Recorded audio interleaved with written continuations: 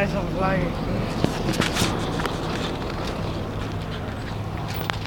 Eita, cuzão. Começando mais um vlog.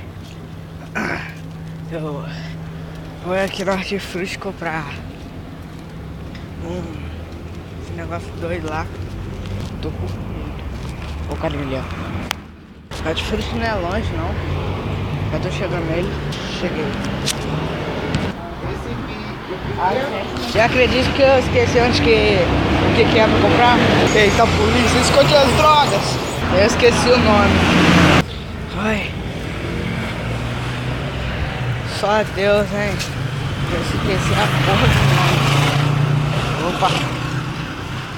Foi ali no Hortifruti. Esqueci a porra do nome que tem que comprar. Por que horas? São 10 e pouca. Hoje eu saí cedo da escola. É uma coisa boa. Hortifruti, ó. Eu comprei algumas laranjas. Eu acho que eu cortei um negócio e parei de gravar, porque eu parei. Eu gravei, eu vi vídeo. Se eu cortei, vai ter 2 vlogs. Hoje eu indo. Opa!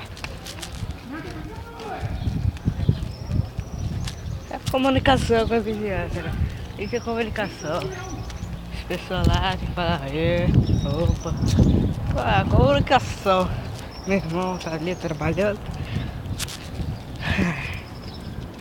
Comunicação é importante para a amizade da vizinhança.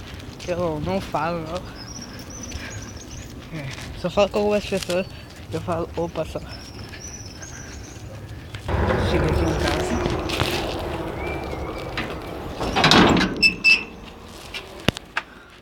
Cheguei!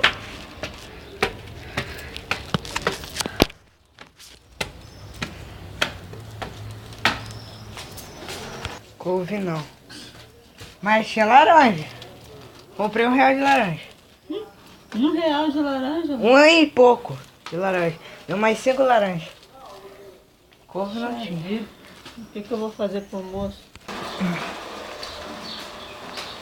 Parece que a gente vai ter que almoçar fora. Eu vou comprar. Não tinha nada nenhuma. Esses laranjas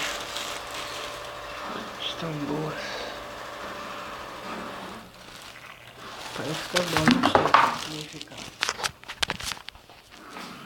Acho que a gente vai almoçar fora. Então, vai ficar por aqui. Vai ter 2 vídeos desse vlog, eu acho. Porque eu acho que eu separei. Então, fala galera. Tchau!